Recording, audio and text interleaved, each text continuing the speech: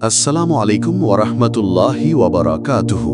প্রিয় ভাই ও বোনেরা, আজ আমরা জানব সেই দিনের কথা যেদিন আকাশ থেকে আল্লাহর সাহায্য নেমে এসেছিল, যেদিন ৩১৩ জন সাহাবী আল্লাহর নামে দাঁড়িয়েছিলেন, মুখোমুখি হয়েছিলেন ১,০০০ কাফির সৈন্যের। সেই দিনটি ছিল বদর যুদ্ধ।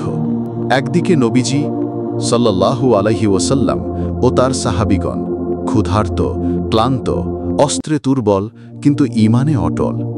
অন্যদিকে কুরাইশ বাহিনী সংখ্যায় ৩ গুণ বেশি, সব রকম অস্ত্রে সজ্জিত। কিন্তু তারা ভুলে গিয়েছিল বিজয় আসে আল্লাহর পক্ষ থেকে, অস্ত্র থেকে নয়। যুদ্ধের আগের রাতে রসূল সাল্লাল্লাহু আলাইহি ওয়াসাল্লাম মাটি ছুঁড়ে চোখে পানি নিয়ে দোয়া করছিলেন, হে আল্লাহ, যদি আজ এই দলটি ধ্বংস হয় তবে তোমার ইবাদত কে করবে? আল্লাহ তখন ফেরেশতাদের দিয়ে সাহায্য পাঠান।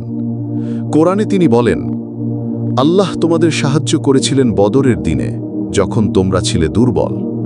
সূরা আল ইমরান আয়াত ১২৩।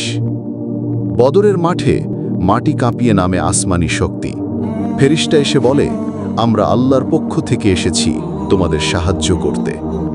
এবং বদর শেষ হয় সত্যের বিজয়ে, ঈমানের জয়। ভাই ও বোনেরা, বদর আমাদের শেখায় সংখ্যা নয়, বিশ্বাস বড়। আল্লাহ যাকে সাহায্য করেন তাকে কেউ হারাতে পারে না।